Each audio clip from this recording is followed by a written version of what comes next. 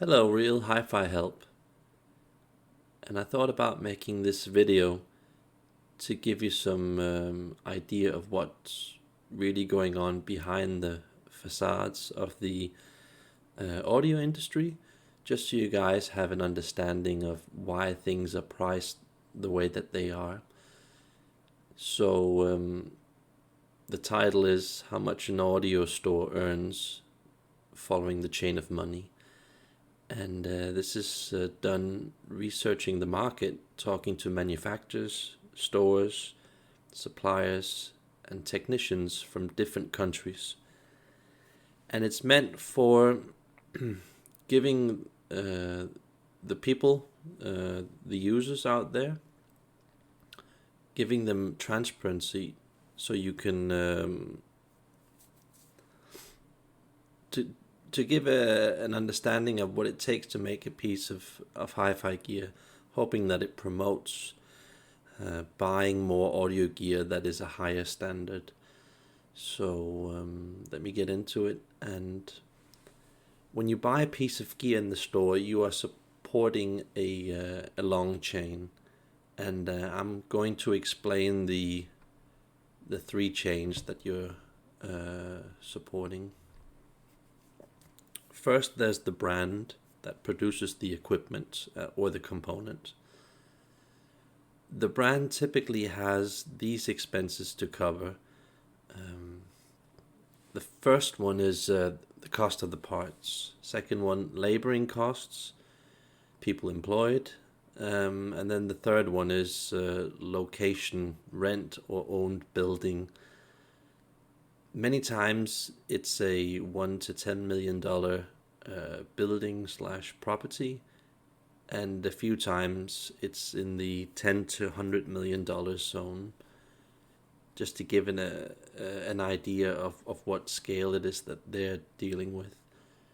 And point number 4 is that the tools that they use and the special equipment and manufacturing machines, there you typically have to count in that there are about $10 to $50 million of equipment. It's especially these very custom-made and big machines that these individual companies have made, which are only made especially for them.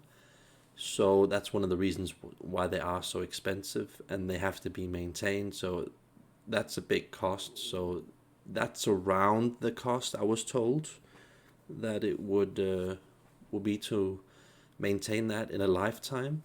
And then there's R&D, research and development, which is a giant expense for any hi-fi audio brand.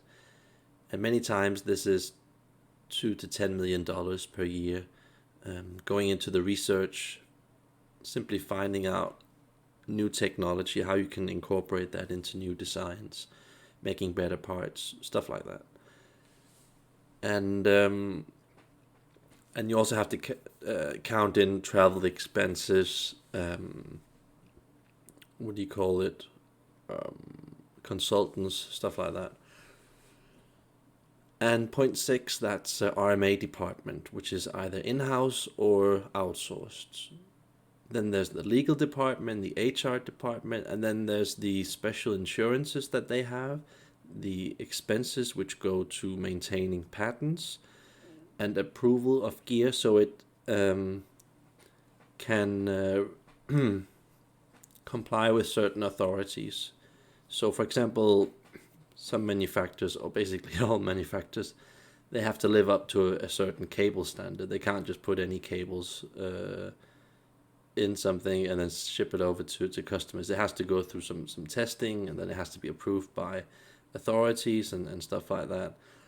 And these things are actually pretty costly, I've been told. Then there's the giant loans that they have, or the investors pumping money into the business. Yeah. And then there's, of course, the tax that they pay, counting that as an expense. And usually there's some other aspects that I might not have covered. So of course there's the PR aspect, which can cost a lot of money. And then there's the outsourced branches, which is usually only with lower quality brands. The high quality brands do most things themselves. So there's the three chains, and you can see that the brand itself takes a lot of that. Has a lot of expenses to cover. Typically, there's a supplier. So when you buy a thing, let's say that you live in Canada, you don't usually, when you're a store, get that product directly from the brand manufacturer. You usually have to deal with a guy who handles a lot of other brands, who can somehow put his money into getting some product to your store. So it's like a middleman. And this supplier, he typically takes about 10 to 40% of the price of what you're paying for that item in a store. That's not very. It varies a lot, but depending on where you live in the world, it it can sometimes be up to 40%, which is just ridiculous. So that's one of the reasons why hi-fi equipment is so expensive in Australia, Canada, and let's say Denmark. Those countries have ridiculous prices in hi-fi, and that's usually because of the suppliers. And the suppliers also have to pay a lot of tax in those countries, so that's also one of the reasons. Then they of course have their big loans. It makes a lot of sense. Then when we get to the stores, this is very interesting. There are 4 different types of stores. I actually thought there were only 2 types, but I found out there were 4 types of stores. Point number 1 is that there's the normal store selling low quality hi-fi gear, working with a broad number of audio brands, usually having quite a bit of staff, and they usually only earn 10 to 15% on the sale and have to sell quite a bit to keep themselves alive, which is usually not a problem because they're such a big brand, but they have to move a lot of gear. The seller usually only gets less than 1% for making a deal. So the guy that you're speaking to, buying some equipment from in some kind of low quality audio store, or could also be a PC store, for example, they only get less than 1%. So that's a bit shocking. And the people I spoke to, they said that they would guess that around 90% of the audio gear that is purchased is either in this type of store or online. And then we get on to the second type of store. That's the more expensive and exclusive hi-fi store with much smaller amount of staff, and they have better rooms, of course, because they have better equipment. And here the store typically earns 15 to 30%. And the location is often a big expense compared to how much they sell. And they do not sell nearly as much as the first example. And that's directly related to the more expensive equipment. They also typically have huge loans to deal with. And here the sellers typically only get 2 to 5% of the deal that they're handling in commission, which is very low considering that they're not selling a lot of gear. Then there's the more rare and exclusive type of hi-fi store that primarily only deal with top brands, really top hi-fi brands. And they also survive repairing, modifying equipment for customers. And yeah, like I said, these are small and rare selection brands typically.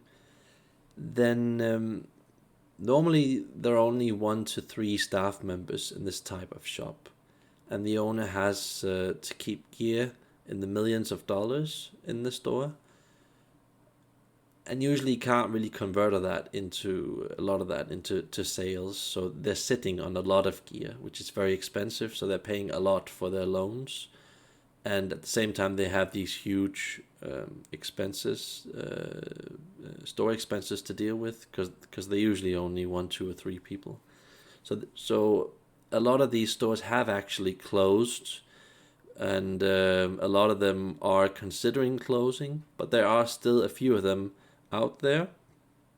I suggest that if you're really into hi-fi, that you try and support these stores. They usually sell equipment that is a lot more expensive, but you also get usually a better experience. So I suggest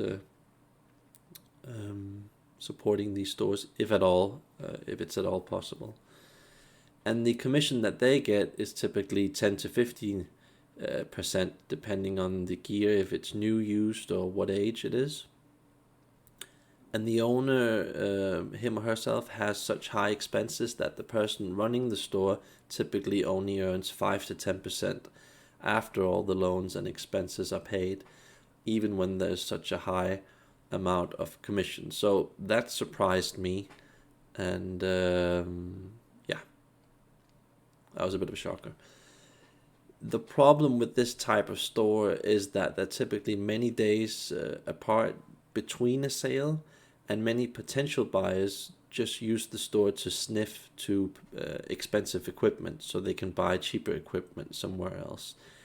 Yes, I also have to say that I'm guilty of having done this, so I feel bad, but it's what everybody needs to do in order to find the gear that they want. So yeah, a bit annoying for the store owners, but yeah.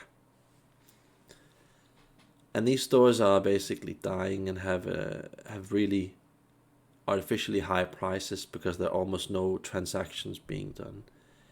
It makes a lot of sense. It's a very sad story. We wish there were more of those stores out there and they could stay alive, but it's just so irritating. I also know where I live, there are some brands that I would like to listen to that I can't listen to because the stores can't afford to have those brands stocked up because they're so expensive. So that's also quite annoying. So it's very frustrating for me, being a hi-fi guy who really likes the expensive stuff. There's a lot of the expensive brands that you just can't listen to. It doesn't matter what country that you live in. So and those are brands like, for example, Negra, Spectral, Kondo, Audio Note. It's very difficult to find any country where you can listen to this top gear. And also brands like Jardis or Bob Carver, or even the lower quality brands like YBA and Abyss Sound. There are almost no physical stores out there where you can try this gear, and these are pretty good brands. And let me just get on with it here. Kind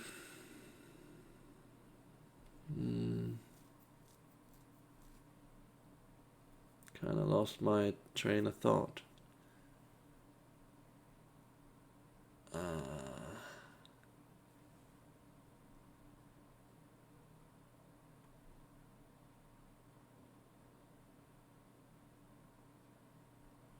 So this is a typical scenario with normal gear.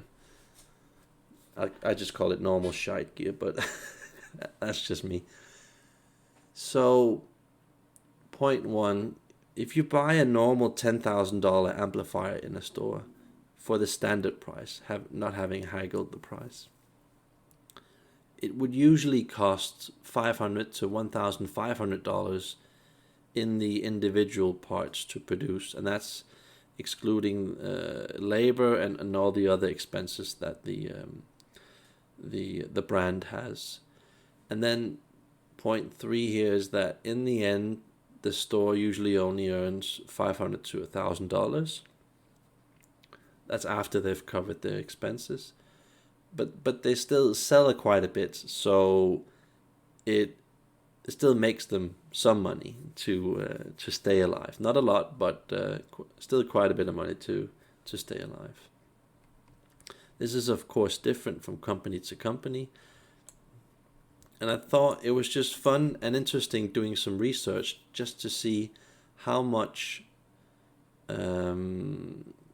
who earns how much on the deals that are being made.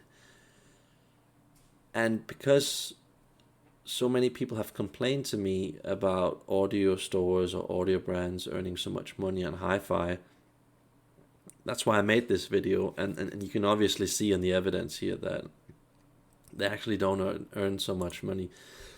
The whole problem with the system is that we're paying so much tax on this part of the deal and that part of the deal, and there's so much that's going into delivering that piece of equipment to you as a user that that there is a lot of waste of money, and of course there are a lot of people on that supply chain delivering that product to you, so you're not just paying those 1 to 5 people that are dealing with the in this case this amplifier.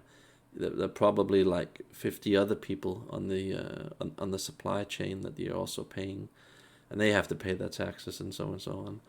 But it's just to give you some insight on what exactly is going on. So this is the more common scenario with high quality gear. Don't know why I wrote gear.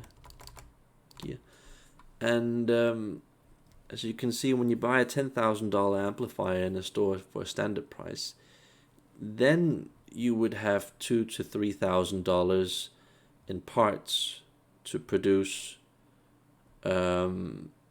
producing the thing, and that's excluding other costs such as labors and so on. And look at the other example here. It was only like a fraction of that over here. So you're getting more for your money in this example. And they usually can get away with this because they use less money on public relations, gimmicks, and they cut the supplier out of the chain. And then they rely solely on word of mouth of the way of distributing the product, compared to other brands that perhaps use more energy on hi-fi shows, getting into hi-fi magazines, buying reviews and stuff like that. So it's a very different way of handling business. And here, the store in the end only earns around $1,000 after their expenses, but they do not sell as much as the other type of stores, because it's a higher quality piece of equipment, and most customers sadly only go for a compromised sound with a lot of features, new technology, and they always want to be able to sell the equipment for as much as possible when they want to get rid of it. And of course they want an invoice, so they also can document that they bought it from this store, and so on. So I feel that it makes more sense supporting the last model with this higher quality gear. Supporting this last model supports higher qualified technicians and audio families, not factories that are outsourced in third world countries. And it's a general higher level of R&D, plus a lot more good hardware is going into the making of that gear that you purchase as a consumer. So the overall message of this video is showing what happens exactly from making that piece of equipment till you get a hold of it and put it into your system. There are actually quite a bit of people on that supply chain delivering that product to you, and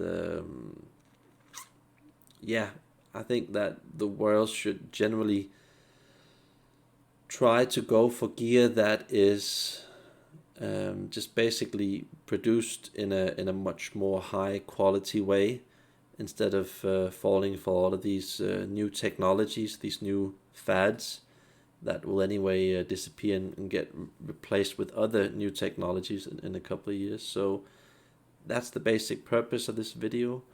And yeah, try and support your local high-end hi-fi store if you have one in your country. Have a nice day.